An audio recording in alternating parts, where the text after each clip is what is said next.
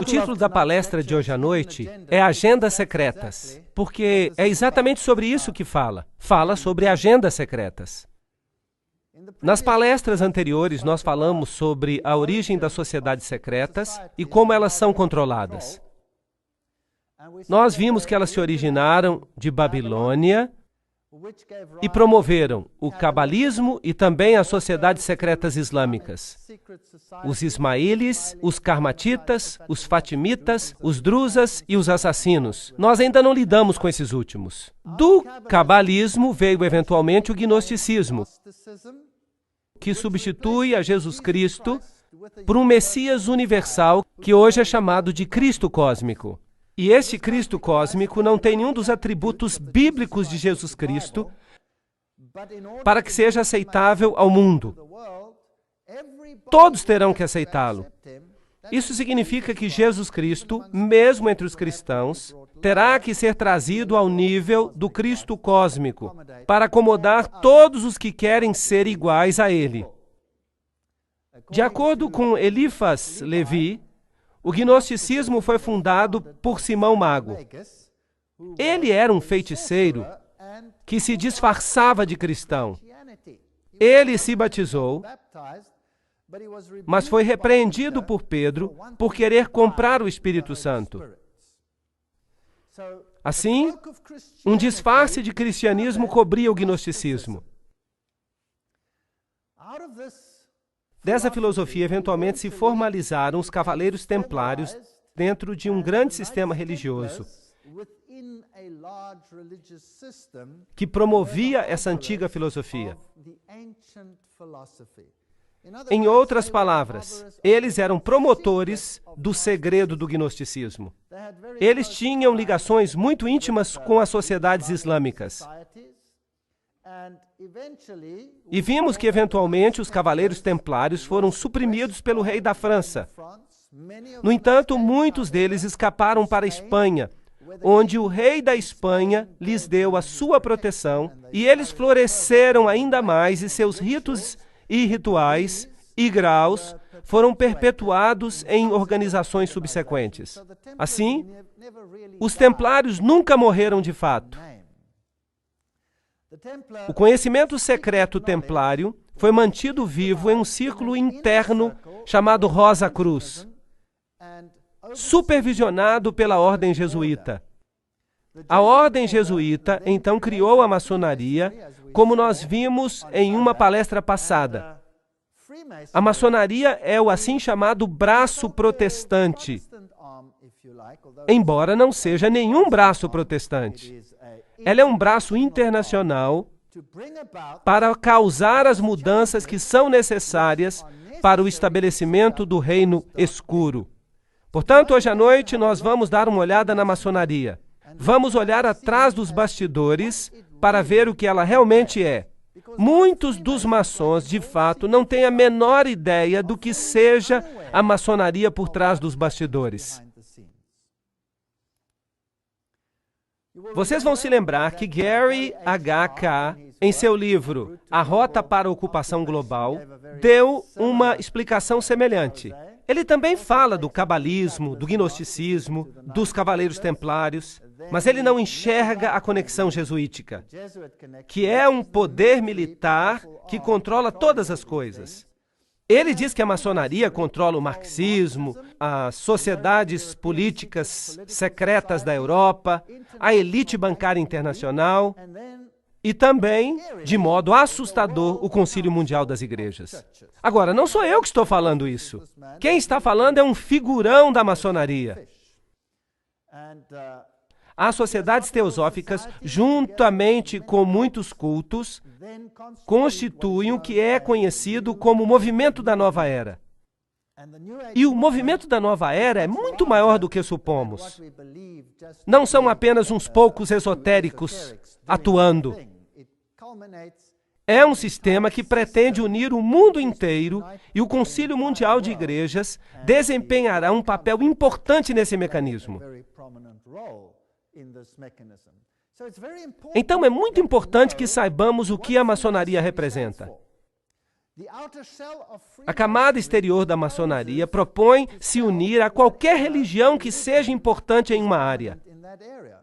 Então, por exemplo, se você mora num país muçulmano e você é um maçom, então a religião da maçonaria naquele nível das pessoas, o nível mais baixo da maçonaria será o Islã.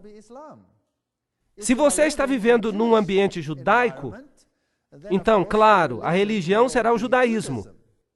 Mas se você está vivendo num ambiente cristão, então a Bíblia será o livro principal de uma loja maçônica. Então, no que diz respeito à camada mais baixa dos membros, o cristianismo será a base do movimento. Mas, em realidade, ele é controlado por um outro poder interno. E, por isso, o resultado pode ser totalmente diferente. Agora, hoje à noite, eu vou fazer citações das melhores fontes maçônicas. Eu não vou usar nenhum boato. Eu não vou falar aqui que alguém ou fulano de tal disse isso ou aquilo. Não, nós vamos ver as fontes originais, as melhores fontes. O livro Morais e Dogma é um livro escrito por Albert Pike. Ele é considerado a teologia central da maçonaria. Somente os maçons mais elevados recebem este livro. E na sua morte, esse livro deve ser devolvido para a loja maçônica. Então esse livro não anda aí disponível.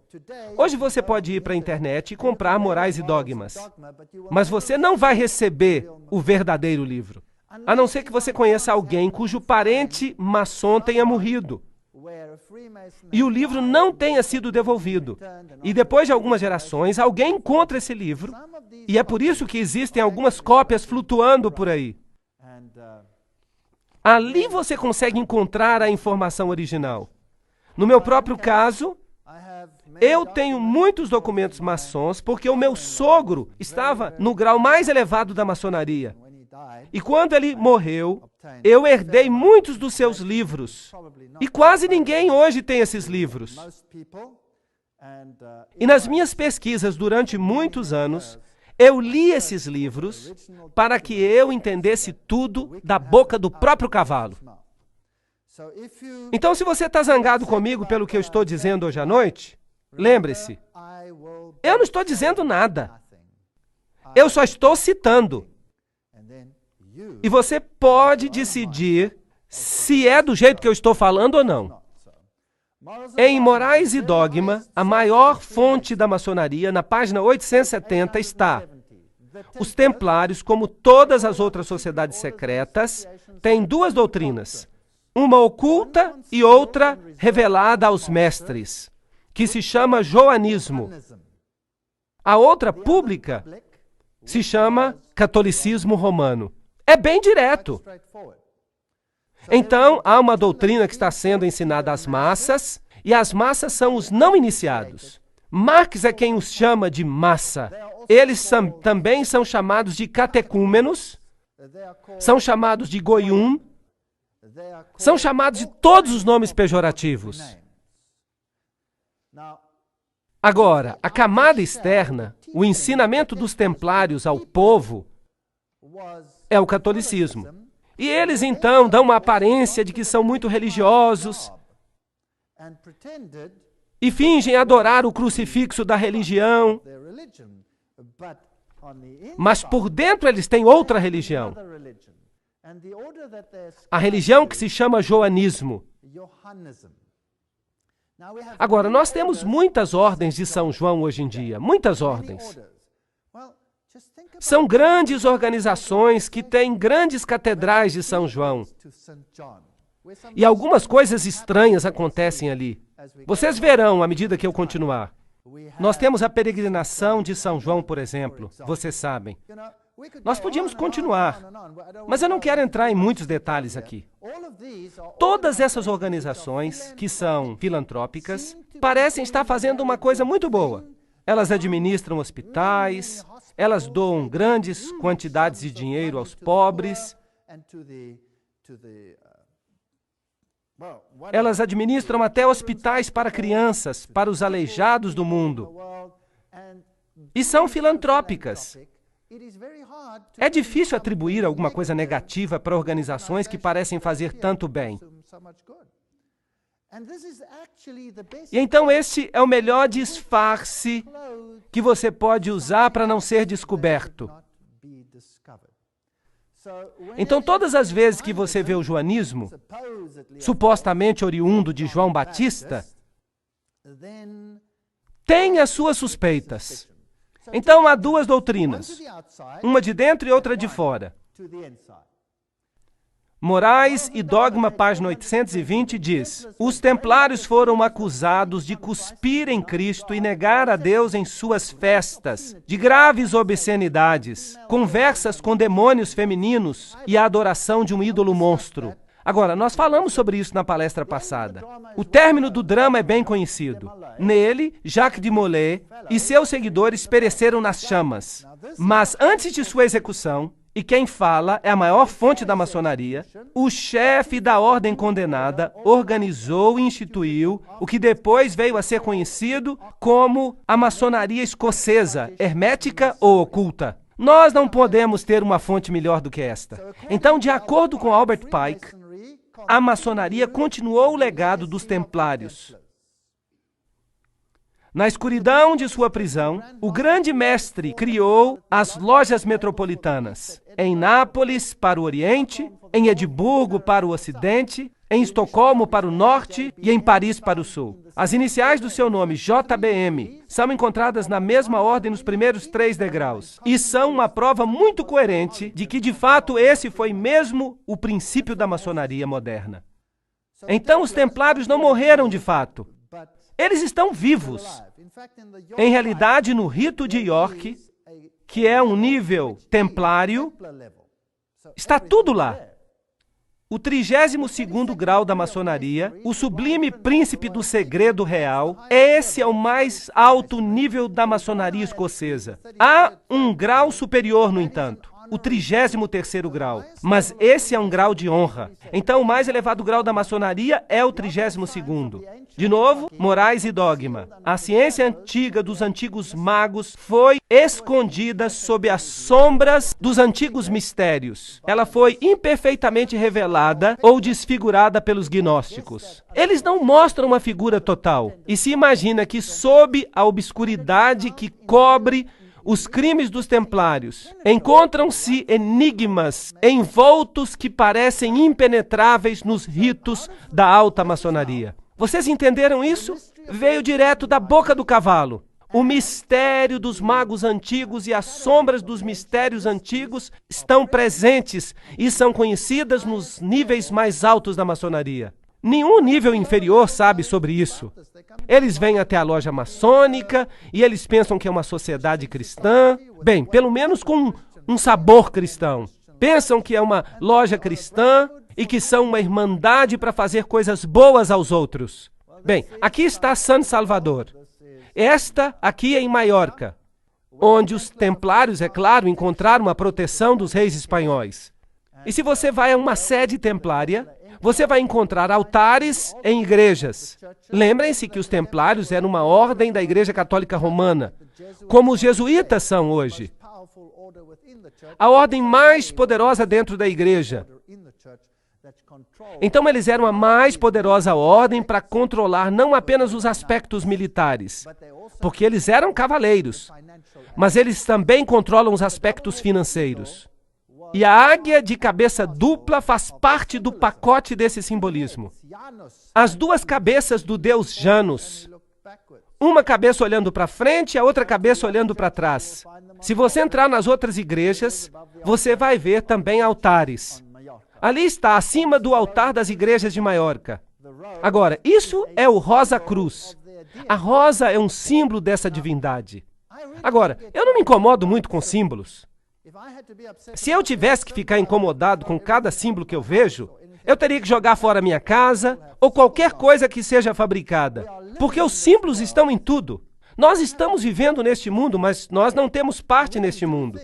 E nós podemos fazer coisas, caso elas tenham símbolo ou não. Porque, obviamente, um símbolo não significa nada. Mas é interessante saber. É como se a gente lesse uma outra linguagem. Bem, aqui estão alguns ensinos ocultos do Rosa Cruz. Ali você tem os Iforates, os níveis aos quais você pode subir. E isso é pura cabala. Agora, você precisa entender que na cabala, Jeová não é o verdadeiro governante. É Lúcifer quem governa. Mas nós vamos falar sobre isso mais tarde. E os Ziforates são emanações da sua aparência. Então vamos perguntar para Morais e Dogma de novo o que é a cabala. A propósito, ela é chamada de Santíssima Cabala hoje em dia. O Talmud é chamado de Santo Talmud. E a Bíblia é apenas chamada de Torá. Isso não é estranho? A Bíblia é chamada de Torá. E um livro de regras que nunca apareceu na Bíblia é chamado de Talmud Santo. E então um livro oculto é chamado de Santíssima Cabala. E eu gostaria de acrescentar que no mundo hoje há pouquíssimos rabinos que não são cabalistas. A Santíssima Cabala, ou tradição dos filhos de Sete. Isto, é claro, não é verdade. De acordo com essa doutrina, então, Sete já teria apostatado. Mas eles não chamam de apóstata, chamam-no de iniciado. Então, há uma doutrina interna para o iniciado e uma doutrina pública para os goyum, a massa, apenas para mantê-los ocupados.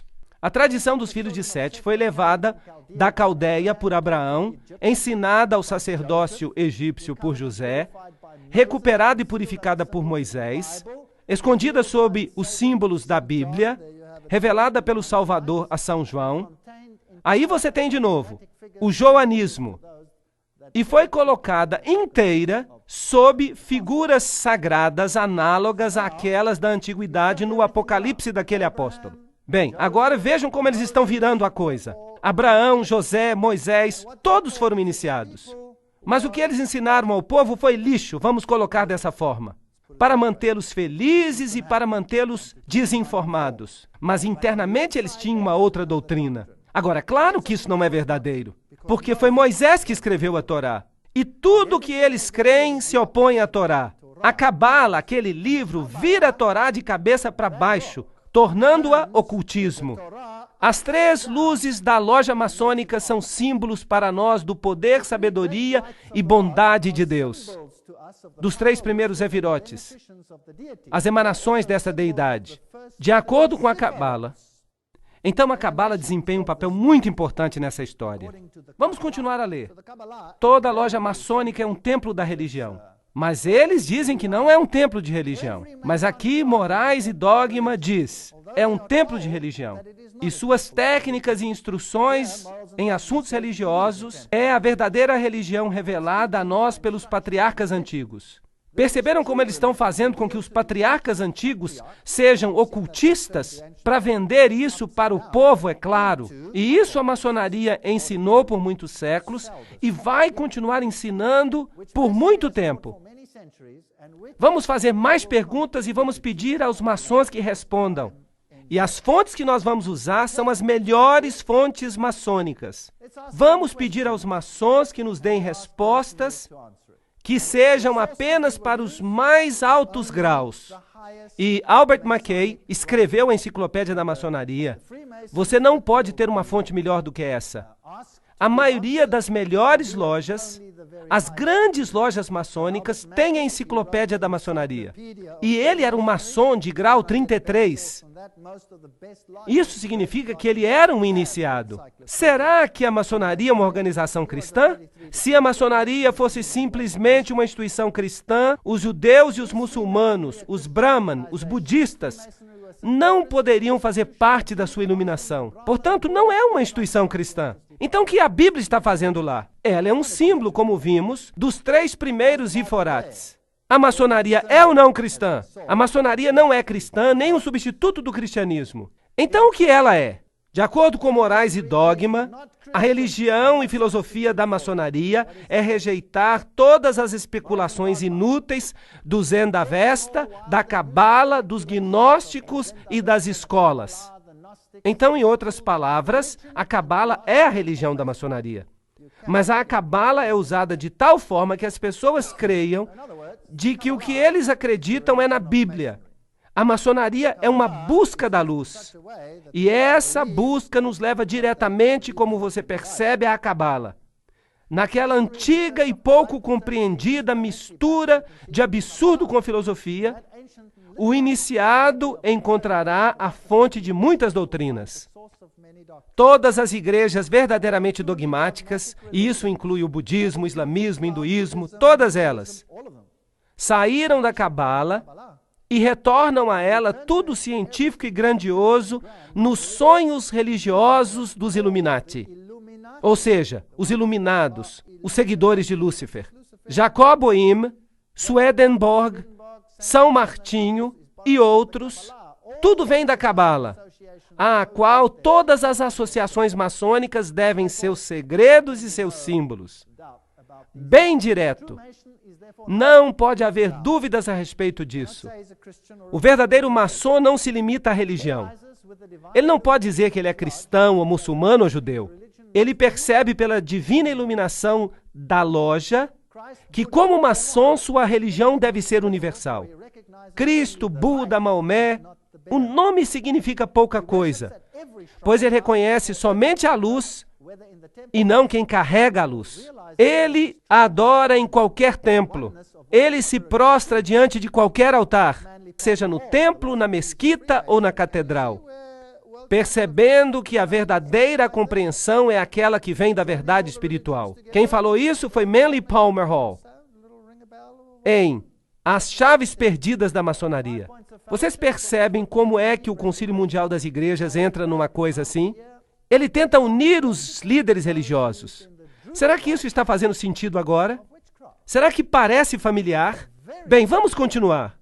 5 pontos de comunhão: pé com pé, joelho com joelho, peito com peito, mão com costa e boca com ouvido. Isso é idêntico ao que é usado no rito druídico da bruxaria. E muito usado também em outros ritos, como os ritos alexandrinos e gardnerianos. Agora, Alexandria. Era ali que era guardado o conhecimento oculto. Ele foi guardado em Alexandria e em Roma. Em todos os outros lugares ele foi destruído.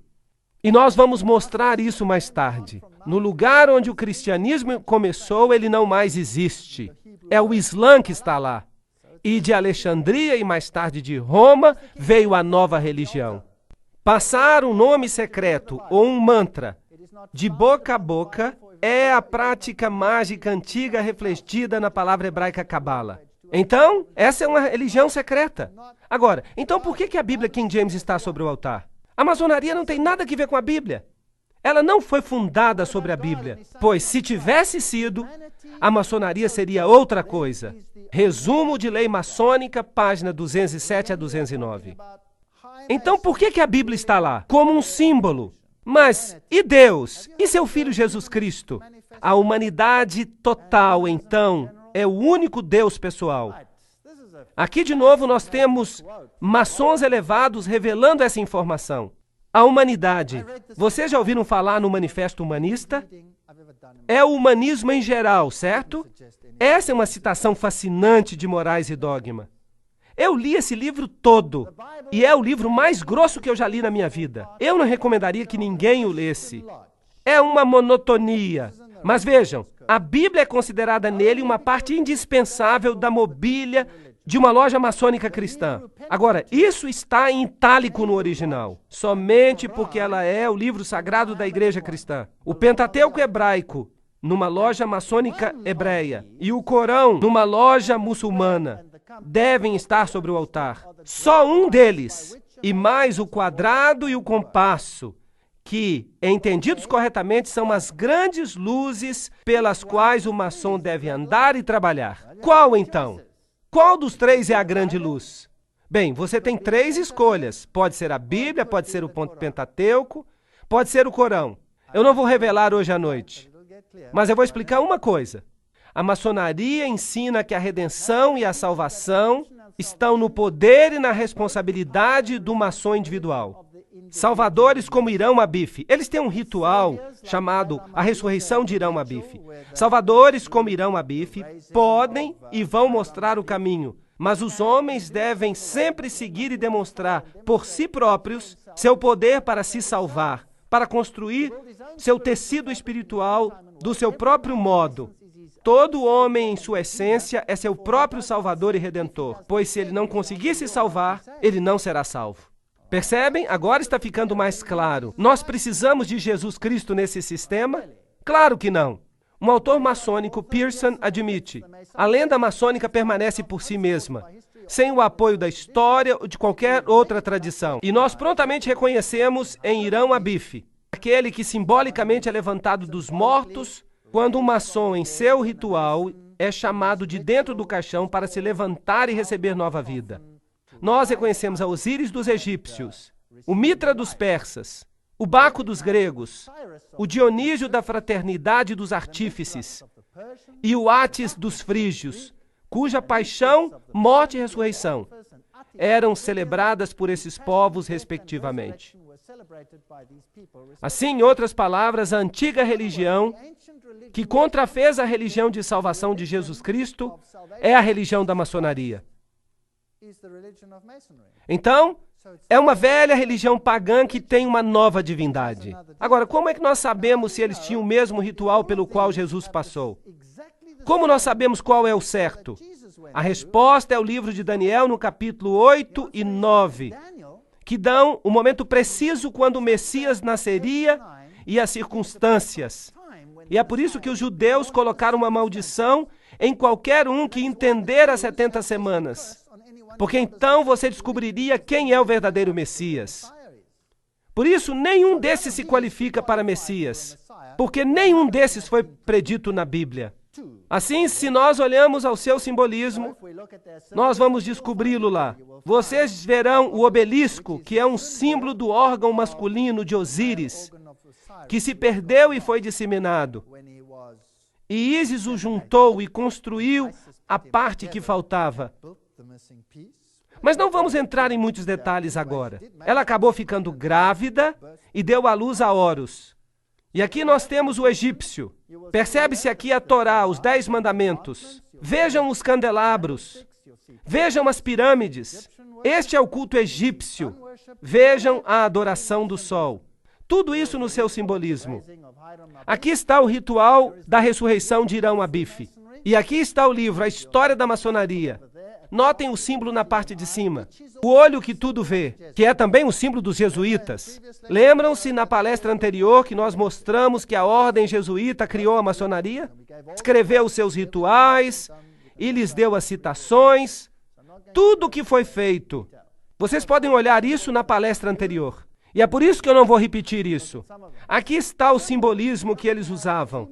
Vamos olhar alguns deles. Assim, esses símbolos passaram a ter 2 significados. Agora, tudo que nós estamos usando são citações esotéricas e exotéricas. O significado esotérico era o verdadeiro, o significado original, compreendido apenas por uns poucos, guardado em segredo por eles. O significado exotérico era para os goyum, a massa, os estúpidos, os não iniciados. Ele foi inventado ou modificado para dar uma satisfação à massa. Os mistérios sagrados que foram sempre mencionados em conexão com muitas religiões antigas, que eram guardados cuidadosamente pelos iniciados, diziam respeito aos significados esotéricos nas religiões dos tempos anteriores. Esses mistérios sagrados eram apenas a continuação das formas mais simples do antigo culto ao sexo.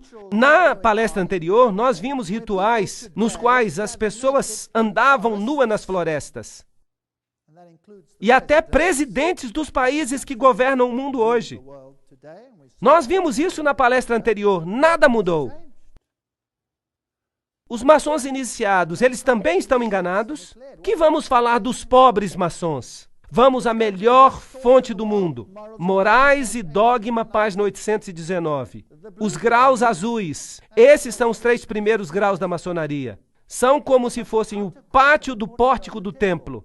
Parte dos símbolos é mostrada aqui para os iniciados. Mas ele, escutem essa citação, é intencionalmente enganado por falsas interpretações. Não se quer que ele compreenda isso. O que se quer é que ele pense que compreenda. Não admira que eles não dão livros para os iniciados mais baixos. Isso os assustaria, não é verdade? A sua verdadeira explicação é reservada para os avançados, os príncipes da maçonaria. Todo o corpo da arte sacerdotal real, oculto tão cuidadosamente por séculos nos altos graus. Somente os altos graus sabem o que está acontecendo. E isso vem da boca do cavalo. Ninguém pode discutir com isso. Muitos maçons já ficaram zangados comigo, mas no fim eles admitiram que isso acontece mesmo. Eu conheço muitos maçons que se tornaram bons cristãos em consequência dessas palestras. É por isso que elas são importantes. Há muita gente boa que pertence à maçonaria. A maçonaria, como todas as religiões de mistério, o hermeticismo, a alquimia, esconde os seus segredos de todos, exceto dos avançados e dos sábios, dos eleitos, e usa falsas explicações de seus símbolos para enganar aqueles que merecem ser enganados. Aqueles que são estúpidos, aqueles que são usados para esconder a verdade que se chama luz deles e para afastá-los dela. O indigno e incapaz não deve ter acesso à verdade, ou ele a perverteria. Por isso, a maçonaria cuidadosamente esconde os seus segredos e intencionalmente engana os intérpretes presunçosos. Morais e Dogma, páginas 104 a 105. Aí está, direto da boca do cavalo. Aqui está um livro da alta maçonaria na Alemanha. E ele diz exatamente o que eles fazem. Formada da maçônica leitura, é do mestre maçônico a feitura, seu retrato místico declara os segredos da maçonaria, dos quais tanto se falara, mas ninguém conheceria. Então esta é a linguagem que você tem que aprender. Eles criaram uma sua linguagem porque Deus confundiu as línguas. Então eles criaram uma linguagem do simbolismo para que Deus não seja capaz de confundi-los de novo no futuro. Essa é a lógica deles. Então vamos dar uma olhada em alguns dos seus símbolos para ver onde a gente chega. As espadas cruzadas são parte dos símbolos, a cornucópia, o chifre da abundância. Nós temos pentagramas e compassos e retângulos, e a letra G, que eles dizem que representa Deus, mas que realmente representa o princípio gerador.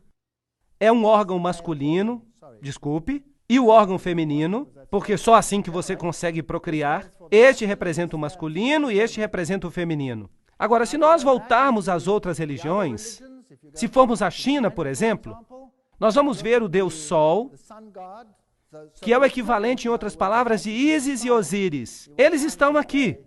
Eles são Fuxi e Nua. Ali estão eles nos desenhos daquela caverna. E note que Fuxi e Nua carregam o compasso e o retângulo. Esses são os símbolos da divindade masculina e feminina. É isso que representam.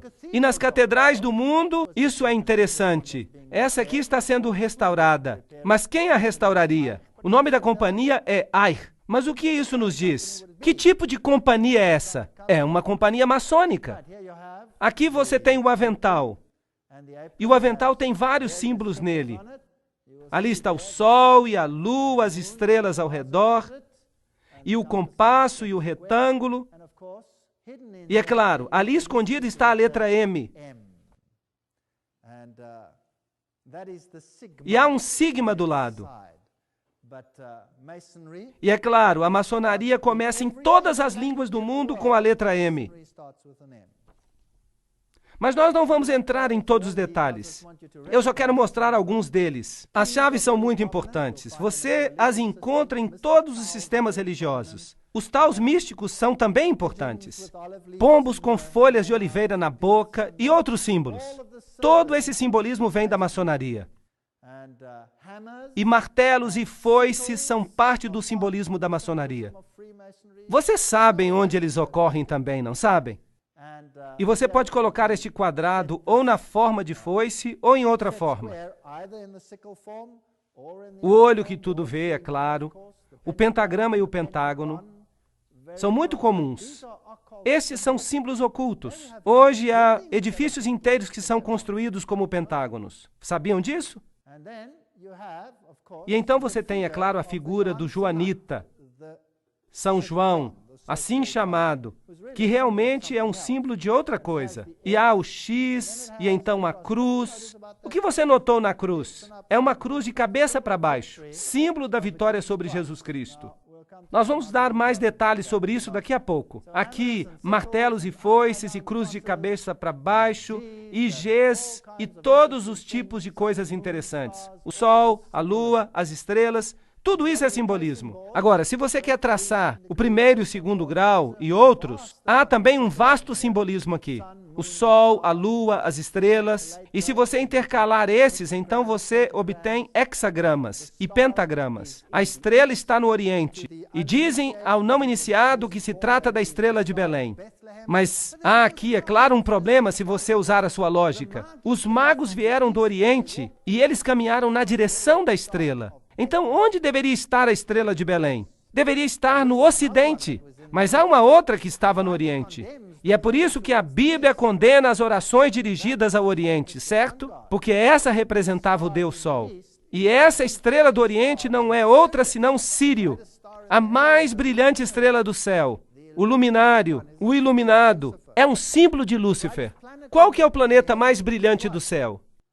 É Vênus. Vênus é o nome da estrela da manhã. O nome estrela da manhã é a forma masculina. E Vênus é a forma feminina. Então você tem o lado masculino e o lado feminino aqui. Os quadrados brancos e negros representam o conhecimento do bem e do mal. Agora, o homem é como se conhecesse o bem e o mal. E nós podemos continuar falando de todo esse simbolismo. Mas não temos tempo de falar sobre tudo. As duas pilastras, Jaquim e Boaz, supostamente as pilastras do Templo de Salomão, mas essas são representações do zigurate de Babilônia. Serpentes ao redor de anéis e de globos, saindo dos globos, são comuns na Pérsia, no Egito, na China e nos monumentos da Índia. Vishnu é representado como se fosse uma serpente enrolada. Então, muitos símbolos aqui se referem às cidades antigas. A serpente com a cauda na boca é a serpente universal, aquela que dá vida. A serpente é o símbolo e o protótipo do Salvador universal, que redime os mundos ao dar à criação o conhecimento de si mesmo e a percepção do bem e do mal. Manly Palmer Hall, no livro 33º Grau da Maçonaria. Então é a serpente que lhe dá o conhecimento do bem e do mal. E é ela que foi deificada. Vejam aqui as caveiras e os bebês representando vida e morte. Ciclos de vida e morte. Trata-se da reencarnação. Aponta para frente e para trás. Às vezes são metade branco e metade preto, representando o conhecimento da luz e o conhecimento das trevas. E quer você adore o lado claro ou o lado escuro, isso não faz a menor diferença. É por isso que é interessante que os adoradores do lado da luz são conhecidos como luciferinos. E os do lado escuro são conhecidos como bruxas, magos e satanistas. E eles são todos amigos, porque seu Deus é o mesmo. Não importa que veículo você use para conhecê-lo, é o mesmo Deus. As chaves cósmicas, a resposta ao céu e ao inferno, os símbolos pagãos religiosos são também comuns na maçonaria. Atena, Terra, Ceres, Hermes, que é o símbolo muito comum usado também pelos jesuítas nas catedrais, que tem o símbolo de Hermes. E é claro, a maçonaria diz que os seus ritos são herméticos. Hermes, filho de Mes, filho de Cão, lá do princípio. Mas nós não temos tempo para falar dos detalhes. Aqui temos Júpiter, Marte e Mercúrio, símbolos que representam divindades. Morais e Dogma, página 851, diz que o 32º grau é o mais elevado. A figura hermafrodítica, que é ao mesmo tempo macho e fêmea, é o símbolo da natureza dupla antigamente atribuída a Deus. Agora lembrem-se que os cavaleiros templários também adoravam Bafomé, que era Mafrodite, macho e fêmea, gerador e produtor, como Bran e Maia e Osíris, mas nós não temos que entrar nos detalhes. Então, se passamos pelo rito escocês da maçonaria, o 33º grau é conhecido como soberano grão-inspetor-geral. É um grau honorário para os mais elevados maçons. E então, se você desce, o sublime príncipe do segredo real é o 32º. E você pode continuar descendo, descendo, descendo, até que você chegue aos graus azuis, que são um aprendiz de entrada, o companheiro da habilidade e o mestre maçom. E você pode voltar e subir até quase que no topo, sem saber o que você está fazendo, nunca sabendo exatamente em que você está envolvido. Há um grupo de jovens na maçonaria que é chamado Demolay. Isso não é fascinante? Esse é o homem que foi sentenciado à morte por cuspir na cruz e por cometer sodomia e as coisas mais profanas que há sob o sol. Mas com seu nome se formou um grupo jovem. E não é fascinante que Billy Graham disse que os Demolay são a elite dos jovens deste mundo? Uma declaração fascinante. Os Cavaleiros de Colombo. Nós já os vimos com sua fásquia. E nós vamos falar deles em outra palestra. Eles controlam o sistema político do mundo, pelo menos nos Estados Unidos. E o cabeça da loja recebe a posição de mestre adorável. A Bíblia diz que você não deve chamar a ninguém de mestre, muito menos mestre adorável. Isso viola o primeiro mandamento. A sede do Conselho Supremo, do rito escocês da maçonaria, jurisdição sul, nos Estados Unidos. É isso que está escrito na frente. Você tem a esfinge com as serpentes do lado, e esta é conhecida como a Casa do Templo. Fica do lado leste da Rua 16 Noroeste, entre as ruas R e S, em Washington, Distrito Federal. É aqui que os altos maçons se encontram. Todo o gabinete dos Estados Unidos se encontra aqui. Quer sejam democratas ou republicanos, não faz diferença. É aqui que as decisões são tomadas. Este é um livro chamado O Engano Fatal, escrito por um homem, James D. Shaw. Ele foi iniciado no mais alto grau, o 33º grau, mas ele saiu da maçonaria. Na cerimônia do 33º grau de iniciação, o juramento é selado, bebendo vinho dentro de um crânio humano. Que este vinho que eu agora bebo se torne um veneno mortal para mim, como o suco de cicuta que Sócrates bebeu. Se algum dia, voluntariamente ou não, violar esse voto. E um membro vestido de esqueleto coloca seus braços ao redor do candidato que então fala. E que esses braços frios me envolvam para sempre, se eu voluntariamente ou não violar esse voto. Aqui temos outros símbolos da maçonaria. Aqui estão os assim chamados símbolos secretos. E se você olhar para eles, vai perceber que alguns deles são muito interessantes. Se você já pensou que os Vs têm alguma coisa a ver com Volkswagen, eu sugiro que você pense de novo. Aqui estão dois Vs, um dentro do outro. Representam a união de dois deuses. E se você já pensou que isto aqui é o coração da Grã-Bretanha, então você deve saber que a Grã-Bretanha não passa de um país controlado pelos maçons. E também a sua religião, como nós veremos. Todos esses são símbolos. O aquário, por exemplo. E se você pensava que essa era a estrela de Davi, então pergunte a si mesmo por que antes da maçonaria essa não era a estrela de Davi. E esses símbolos aqui, claro, muito comuns, mas não temos tempo de entrar em detalhes. E se você vê êxtase e tabletes de mandrágora sendo distribuídos entre os jovens, eles também têm esses símbolos neles. Você acha que esse símbolo aqui era da Mitsubishi? Eu acho que eles ficariam muito zangados se eles soubessem que você está pensando que eles estão distribuindo mandrágoras e êxtase. E aqui você tem este símbolo, este V com W. Este W que é como se fossem dois Vs abraçados um ao outro. Esses são símbolos ocultistas. Em outras palavras, são drogas distribuídas por uma organização que usa os símbolos da sua religião. E se você achava que esse coral do Papa era patrocinado pela Volkswagen, é melhor pensar de novo. Esse símbolo significa outra coisa. Essas crianças inocentes estão carregando o símbolo de Lúcifer. E aqui está o simbolismo de Aleister Crowley. Veja que é muito semelhante. Você tem o pentagrama e todos os símbolos aqui. O G. Perceba que é basicamente a mesma estrutura. Você pode sentir isso. E então você tem o pentagrama, e você pode ter desse outro jeito, e você pode ter daquele jeito ali, dependendo do que você queira. Esse aqui é o bode de Mendes, o lado escuro. Infelizmente, o lado feminino. E aqui está a representação masculina. Vamos perguntar ao dicionário de misticismo o que é que significa o pentagrama. É considerado pelos ocultistas como o meio mais potente de invocar os espíritos. Quando uma única ponta da estrela aponta para cima, é considerado como um sinal do bem e significa que está chamando espíritos benignos. Quando o único ponto aponta para baixo e um par de pontos fica por cima, é um sinal do mal e é usado para invocar os poderes das trevas. É interessante que este símbolo é, claro, usado em toda parte do mundo, inclusive na maioria das bandeiras. Vamos perguntar a outra fonte, a Enciclopédia da Maçonaria. Os maçons dos Estados Unidos têm, por acordo tácito, se referido a ele, o pentagrama, como símbolo das 5 pontas da comunhão. Os contornos da estrela de 5 pontas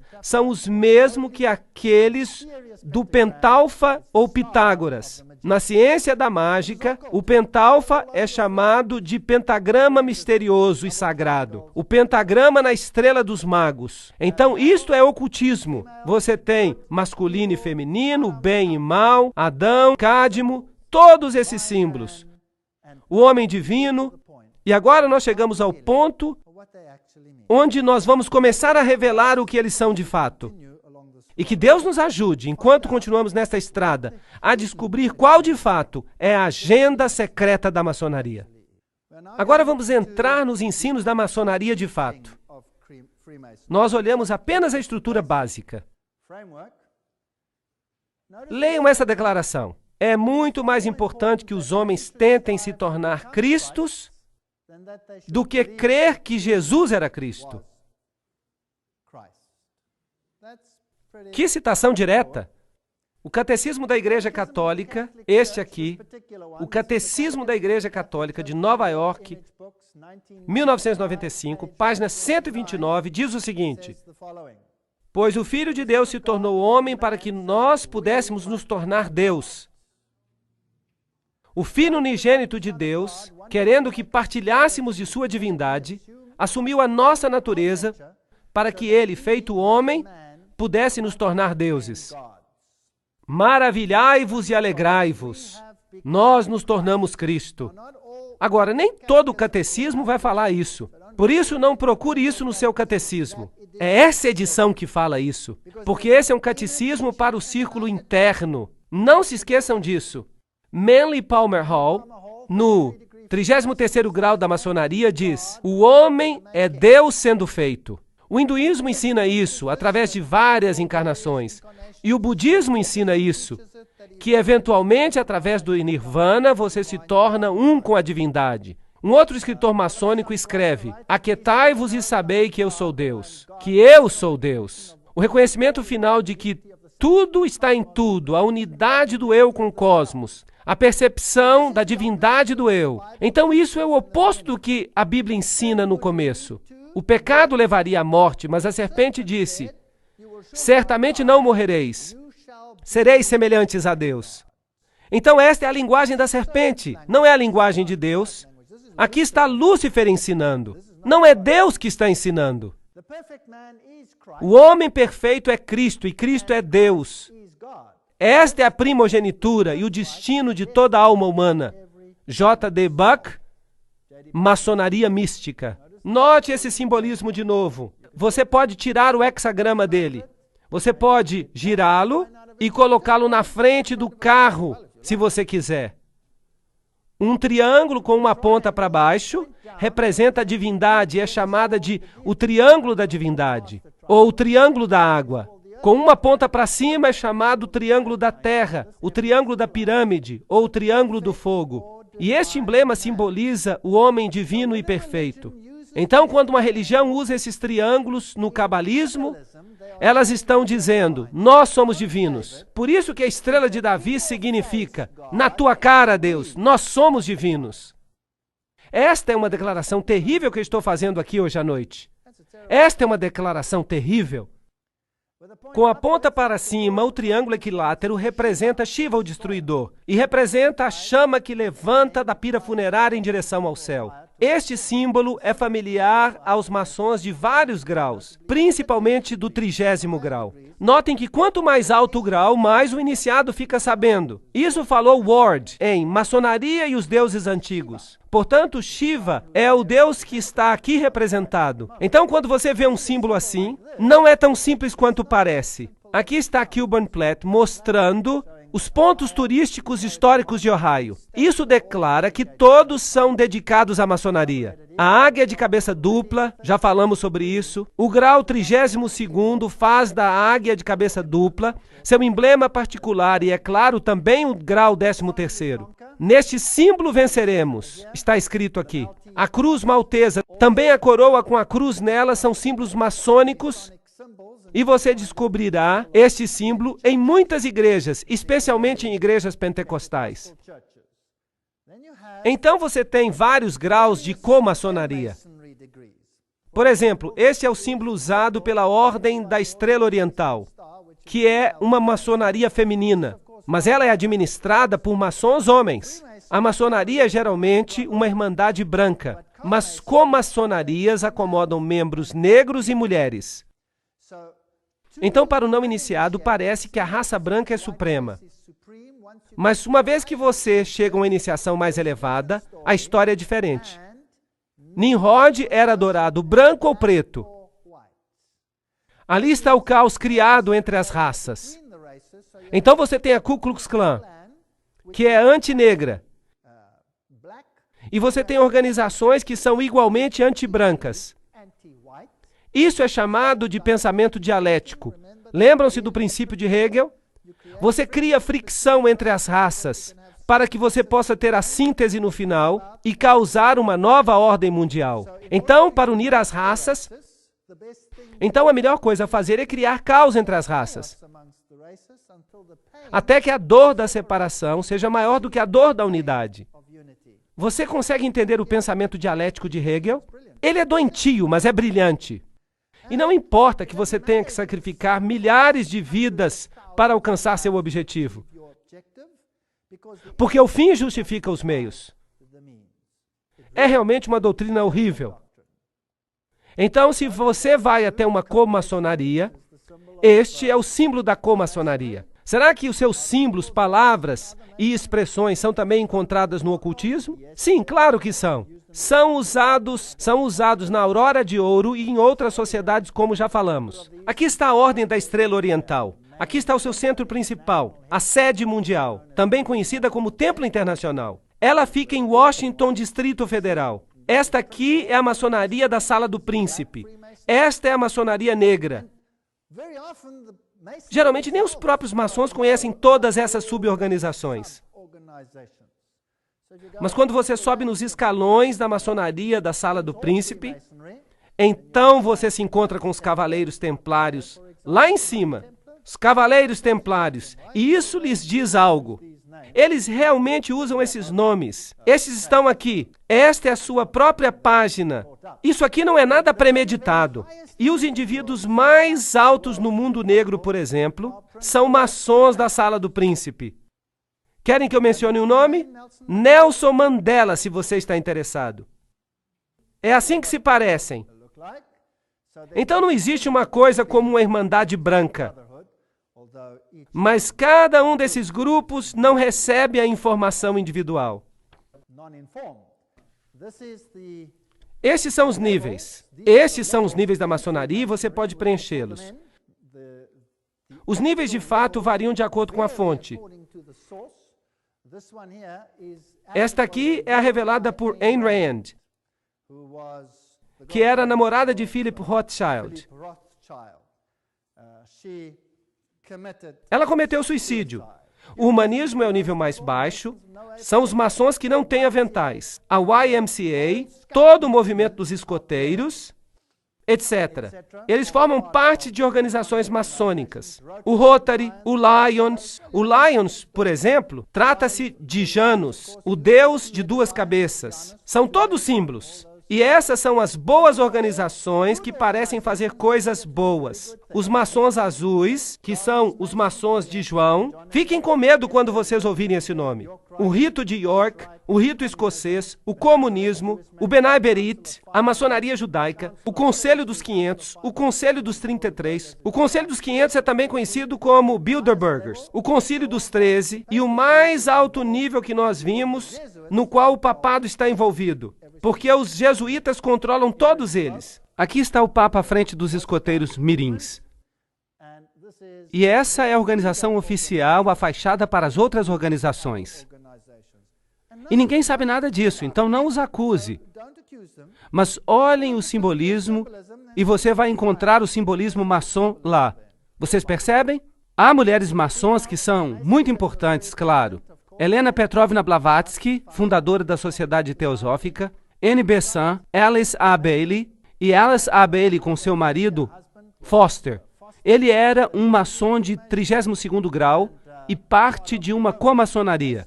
Eles começaram uma companhia conhecida como a Ordem de Lúcifer, mas depois eles mudaram para a Ordem da Luz. Esta é Helena Petrovna Blavatsky. Esta aqui é Alice A. Bailey. E esses aqui foram aqueles que escreveram O Segredo das Doutrinas Secretas. Claro que para alcançar os graus mais elevados, eles precisam ser homens. Por isso, Annie Besant é chamada de Irmão Annie Besant, maçom de 33º grau. O mesmo acontece com os egípcios. Se uma mulher se torna faraó, então ela tem que ser homem. Por isso, Hatshepsut, por exemplo, aparece com uma barba, porque ela se torna um homem honorário. Você não pode ser reencarnação do Deus Sol se você é uma mulher. Então, a comaçonaria, Annie Besant e todos esses maçons de alta ordem, Alice A. Bailey, suma sacerdotisa do movimento da Nova Era, eles receberam mensagens de um tibetano conhecido como Djwhal Khul. Em seus escritos, você vai encontrar os símbolos maçônicos, é claro. E estes aqui são seus escritos. Blavatsky escreveu uma coisa chamada Isis Revelada, a Doutrina Secreta, e todos esses livros místicos maçons. E é virtualmente impossível você consegui-los, embora hoje em dia já seja mais fácil. Agora eu vou levar vocês para uma das maiores lojas maçônicas do mundo. Ela acabou virando um museu. Ela fica em Guthrie, em Oklahoma. Vamos entrar. Vejam ali as suásticas. Eles vão dizer que as suásticas estão viradas. Sim, talvez seja, mas isso não tem importância, porque de um jeito elas representam o aspecto feminino e do outro jeito elas representam o aspecto masculino. Então não faz diferença. Você vai encontrar o símbolo do Deus Sol Ra, você vai encontrar os olhos que tudo veem, e você vai ver esta estátua. Ela pode ser homem ou mulher. Não faz diferença. A essa altura você já sabe disso. Ela tem o dedo na boca. E eles vão te dizer que isso é para pedir segredo, para não revelar os segredos, para ficar quieto na loja. Todo tipo de bobagem eles vão dizer para você. Mas não tem nada que ver com isso. Significa que isso é só para o iniciado. Este é o símbolo de Horus. E eu vou mostrá-lo para você daqui a pouco. No chão você tem vários pentagramas, nesta forma aqui, e pentágonos. Na frente desta estátua está escrito: todos os que estão aqui devem olhar para o Oriente. Que cada um examine a sua obrigação e a renove no seu coração. Então o culto acontece na direção do Oriente, o que a Bíblia proíbe. Agora ali está o Deus Horus. Note que ele é sempre representado com o dedo na boca. A sua religião é para os iniciados. E aqui estão as roupas dos vários graus de maçonaria. O soberano grão-comandante tem este símbolo na frente.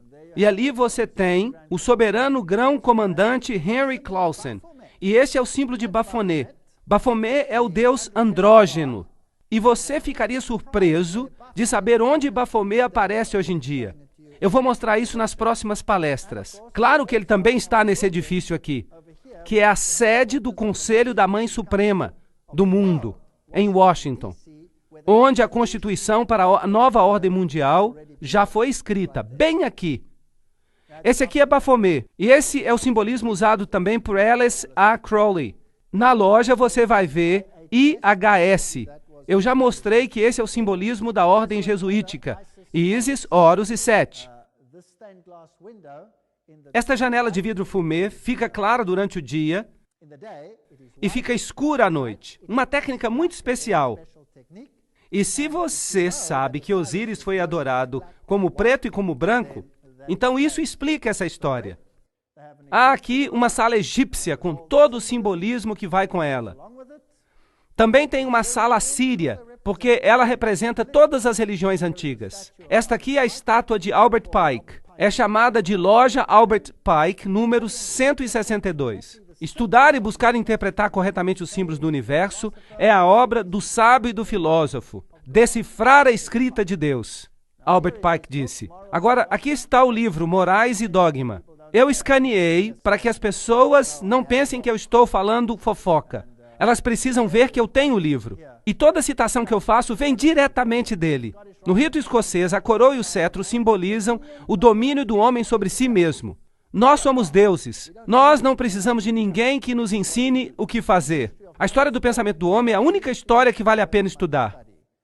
Não se preocupe com as outras, elas estão na biblioteca. Eu fotografei este aqui para mostrar que a história da maçonaria e a enciclopédia da maçonaria são livros genuínos.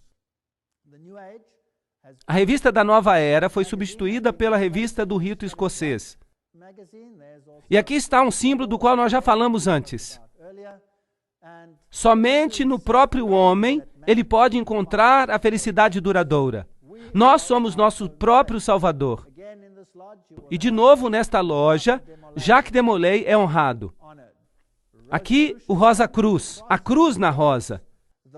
Quem realmente sofreu foi Osíris, não Jesus Cristo. E ali você tem o tal místico e o outro simbolismo com o leão de asas, símbolo de Babilônia. E aqui você tem a águia de cabeça dupla, na sua forma original preto e branco, representando as duas deidades. Esta é a cornucópia. O que ela significa? Ela é um símbolo de muitas organizações políticas.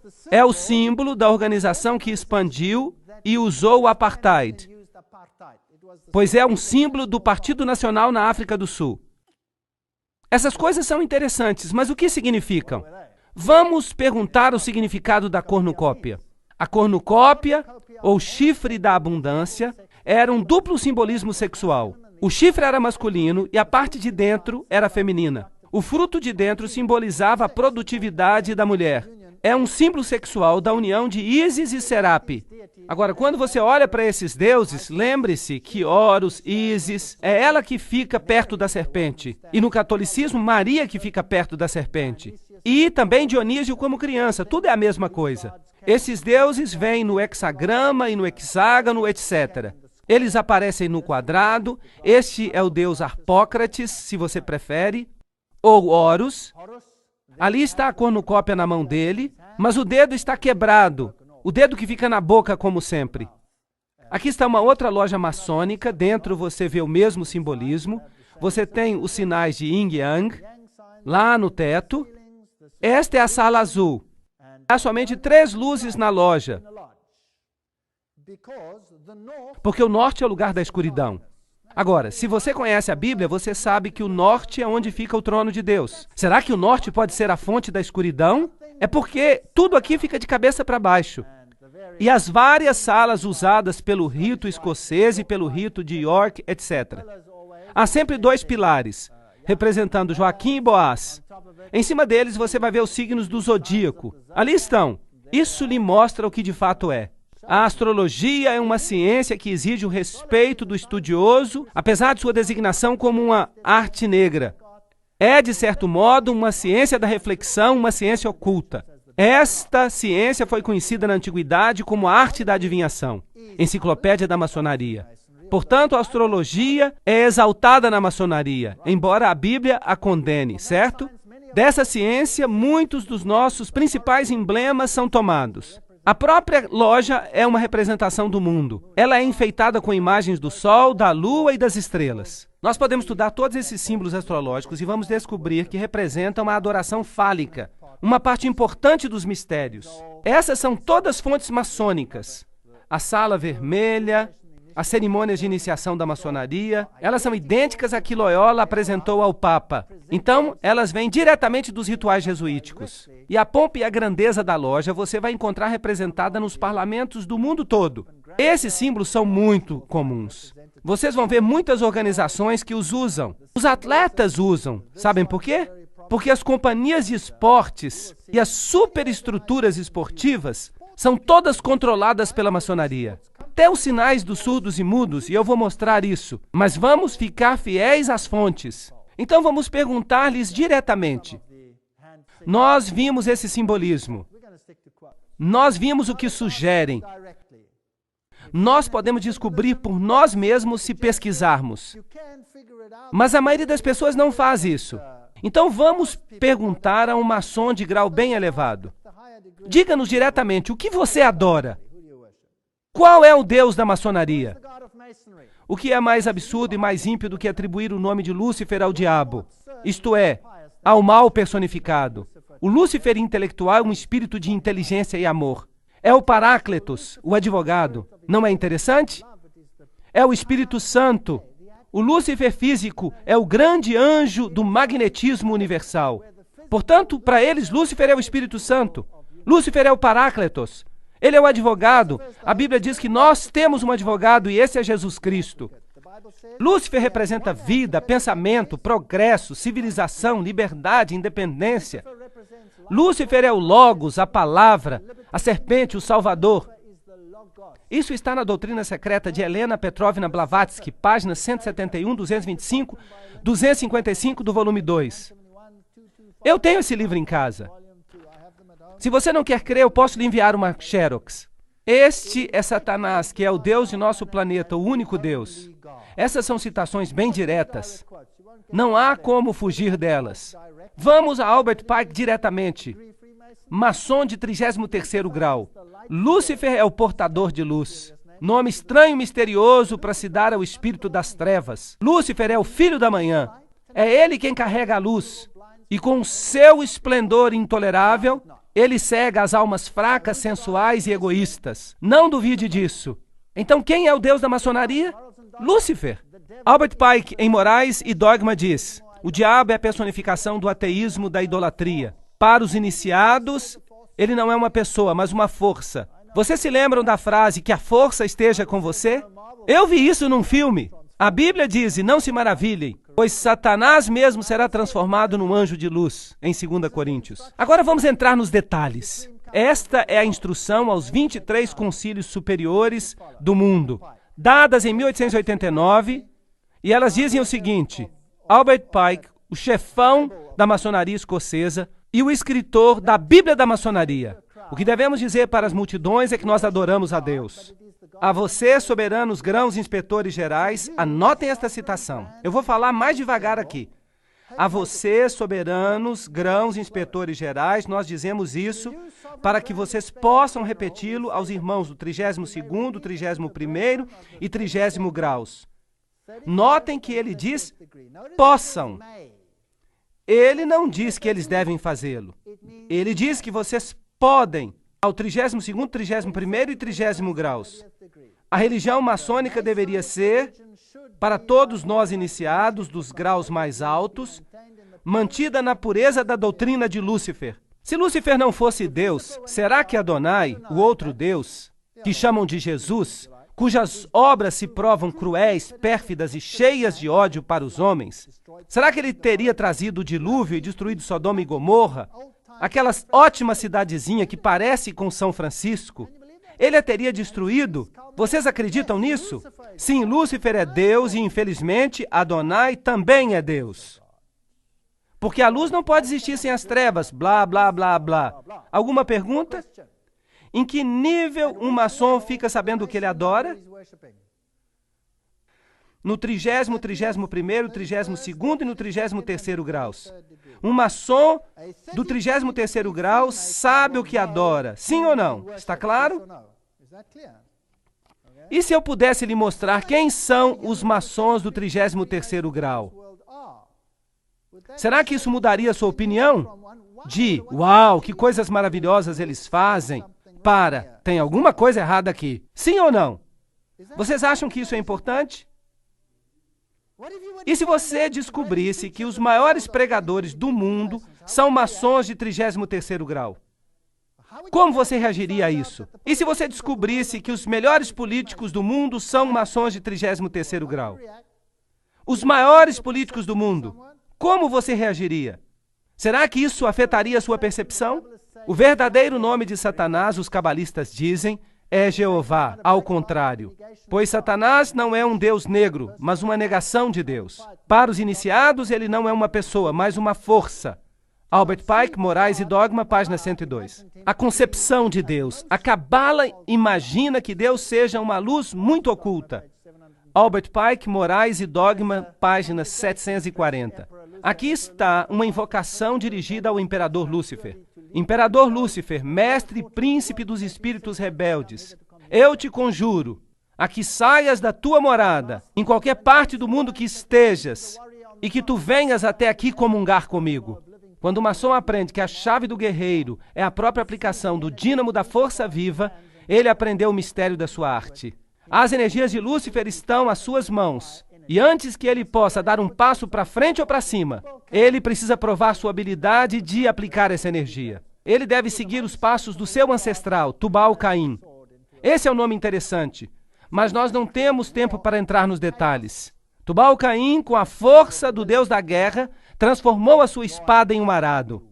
Então, primeiramente, você cria guerra e caos para que as pessoas estejam dispostas a abrir mão disso e a se ligar ao gigante império de Lúcifer. Você sabe o que mais irrita o diabo? Foi quando Deus separou as nações. Isso foi uma dor de cabeça para ele. Isso lhe deu 4.500 anos de dor de cabeça. Ele tem estado em guerra por 4.500 anos para juntá-los de novo. E ele está conseguindo. O diabo é agora chamado de escuridão pela igreja. Preste atenção nessa citação de Blavatsky. Você não pode ter uma citação melhor. Ela vem de Doutrina Secreta, página 71. O diabo é agora chamado de escuridão pela igreja. Mas na Bíblia ele é chamado de Filho de Deus. Vejam Jó, a estrela brilhante da manhã. Lúcifer, vejam Isaías. Ele virou tudo de cabeça para baixo. Eu vou lhes mostrar por quê daqui a pouco. Há toda uma filosofia de arte dogmática na razão porque o primeiro arcanjo, que saiu das profundezas do caos, era chamado de luz, Lúcifer, o filho luminoso da manhã, ou a aurora manvantárica.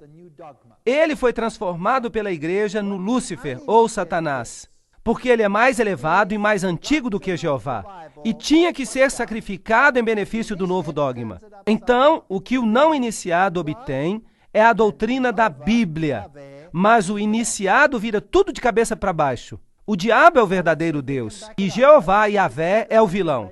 Bem, vamos ver se a gente pode provar isso. Blavatsky, em Doutrina Secreta, página 73, diz: Jeová, esotericamente, como Elohim, é também a serpente ou dragão que tentou a Eva. E o dragão é um símbolo antigo da luz astral, o princípio primordial. Essa é a sabedoria do caos. Ok. Então o diabo é a sabedoria do caos. Mas quem é o vilão de verdade? Jeová. Então, eles viram a Bíblia de cabeça para baixo. Agora, Jeová tenta Eva e não a serpente. Blavatsky, na Doutrina Secreta, volume 2, diz: os sistemas filosóficos dos gnósticos e dos primitivos judeus cristãos, os nazarenos e os ebionitas, são plenamente considerados. Eles mostram as opiniões mantidas hoje em dia, fora dos círculos mosaicos dos judeus, sobre Jeová. Ele era identificado por todos os gnósticos com o mal. Então os gnósticos acreditavam que Jeová era o vilão. Lúcifer é o mocinho. Por isso eles são luciferianos. Na Doutrina Secreta, volume 1, a grande serpente do jardim do Éden e o Senhor Deus são idênticos. Portanto, Deus é a serpente. Ele é o vilão. Está de cabeça para baixo. E, portanto, Jeová e Caim são a mesma pessoa. O mesmo Caim que é chamado em teologia o assassino e o mentiroso para Deus. Então, agora, quem é o assassino e mentiroso? Jesus é o assassino e mentiroso. E a serpente é o mocinho. Doutrina Secreta, volume 2, página 388, diz: o nome Satanás, em hebraico Satã, adversário, do verbo shataná, ser contrário, pertence por direito ao primeiro e mais cruel adversário de todos os outros deuses. A Jeová, não a serpente. Esta só falou palavras de sabedoria e simpatia, mas ele é o pior no dogma, o adversário dos homens. Isso é coisa séria. Portanto, Jeová foi chamado pelos gnósticos de Jehovah criador, was called de by the Gnostics the ofiomorphos, creator of, o que and tem a one forma of de the serpente, ofiomorphs, Satanás, o the mal. serpent, Satan, or evil. Outra Another citação, one, nós we could podíamos go on and continuar, on and on continuar. and on. She calls him a Ela o Jehovah chama de Frankenstein. Jeová That's not very Frankenstein. nice. Wouldn't Isso you não é say so? legal. Vocês concordam? Calling Chamar my o God meu Deus de Frankenstein?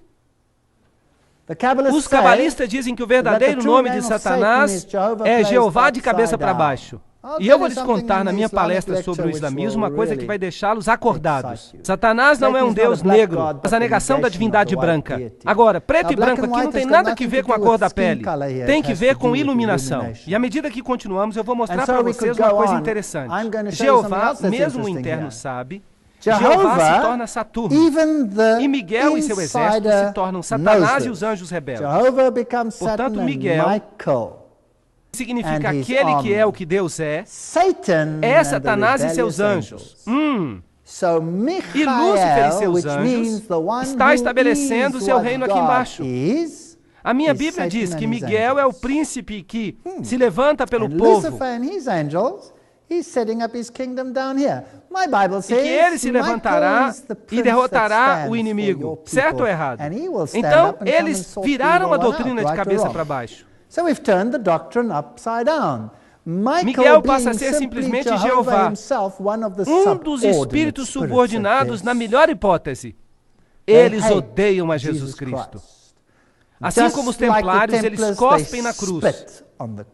Agora, se você crê nessa fonte Blavatsky, vamos até Morais e Dogma, a fonte maçônica. O Deus do Velho Testamento é sempre representado como o autor direto do mal. Ali se diz exatamente a mesma coisa. Eu não preciso repetir isso. Vamos continuar. Assim, os primeiros cristãos que substituíram os judeus de sua Bíblia praticamente não entenderam nada dos 4 primeiros capítulos de Gênesis quanto ao seu sentido esotérico. Vamos continuar.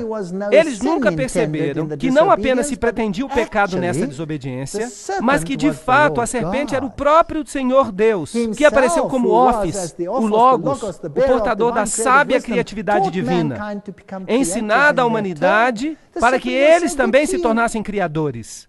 A serpente foi boa para a humanidade, os homens seriam estúpidos se não fosse pela serpente. O diabo é agora chamado de escuridão pela igreja, mas a Bíblia o chama de Filho de Deus. Lembram-se dessa? Então não admira, Manly Palmer Hall, 33º grau de maçom, diz: eu solenemente prometo ao grande espírito lucífago, príncipe dos demônios, que todo ano eu lhe trarei uma alma humana para que ele faça com ela o que lhe agradar. Vocês acham que eles ainda têm sacrifícios humanos? E em troca disso, Lucífago promete conceder-me os tesouros da terra e encher o meu coração dos meus desejos enquanto eu estiver vivo. Manly Palmer Hall, você pode ficar com Lúcifer. Eu prefiro Jesus Cristo e a vida eterna. Este é o logotipo oficial da Ordem do Templo do Oriente. Nós não precisamos ver todos os detalhes aqui. Então, a quem eles permitem saber a verdade sobre a maçonaria? Nós precisamos criar um super rito. Por favor, prestem atenção. Que permanecerá desconhecido, ao qual convidaremos aqueles maçons da Ordem Superior, de grau 30 ou superior, a quem nós escolheremos. Com respeito aos nossos irmãos da maçonaria, esses homens devem prometer que respeitarão o segredo mais estrito. Através deste rito supremo, governaremos toda a maçonaria, que se tornará uma espécie de centro internacional e que será ainda mais poderoso porque o seu endereço será desconhecido. Esta foi uma carta de Pike ao chefe da ordem dos Illuminati, Giuseppe Mazzini. Então, quem governa o mundo? Um super rito. George Bush se refere a eles como sendo os 1000 pontos de luz, os iluminados. Não é à toa que eles usam essa terminologia. Então, criaremos 3 guerras mundiais. Aqui está uma citação, eu não vou falar sobre ela detalhadamente, mas eu farei uma palestra depois chamada Revoluções, Ditadores e Guerras. E então falarei sobre isso.